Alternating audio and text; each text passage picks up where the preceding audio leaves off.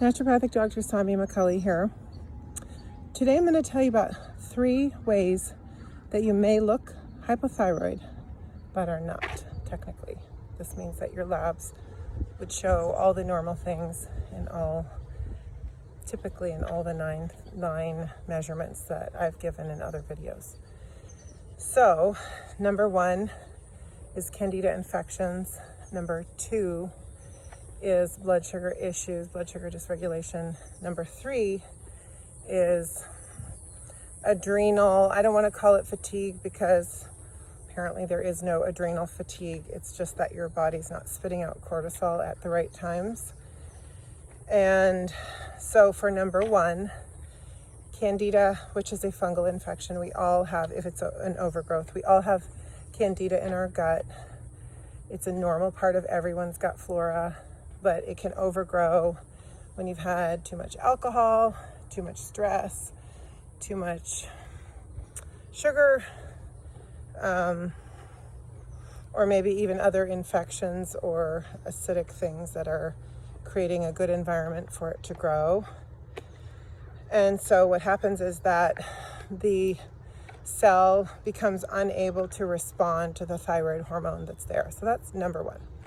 Number 2 is blood sugar dysregulation. And what that ends up causing is ultimately a hormonal imbalance, which often leads to low progesterone. Could be low in men, could be low in women. And I mean, I'm talking about more experience with thyroid in women. I do have lots of experience with thyroid in men, but more women have hypothyroid issues than men do. So what happens is if the progesterone is way too low, then the thyroid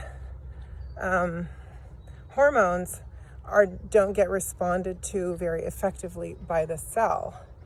And in order for the thyroid hormone to have an impact on the cell, they need to be able to bind strongly to the receptor.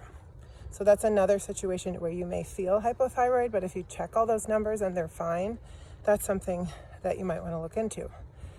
Number 3 is, now I'm forgetting what number 3 is. Number 3 is adrenals.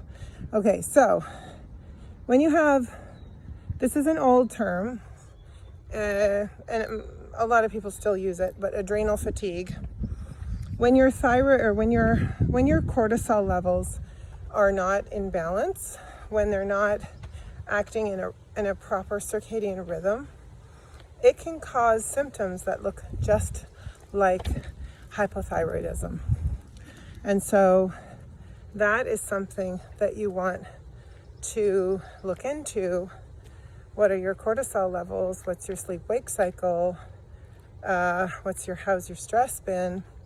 In order to find out if maybe what you think is hypothyroidism is actually the adrenal and an adrenal dysregulation.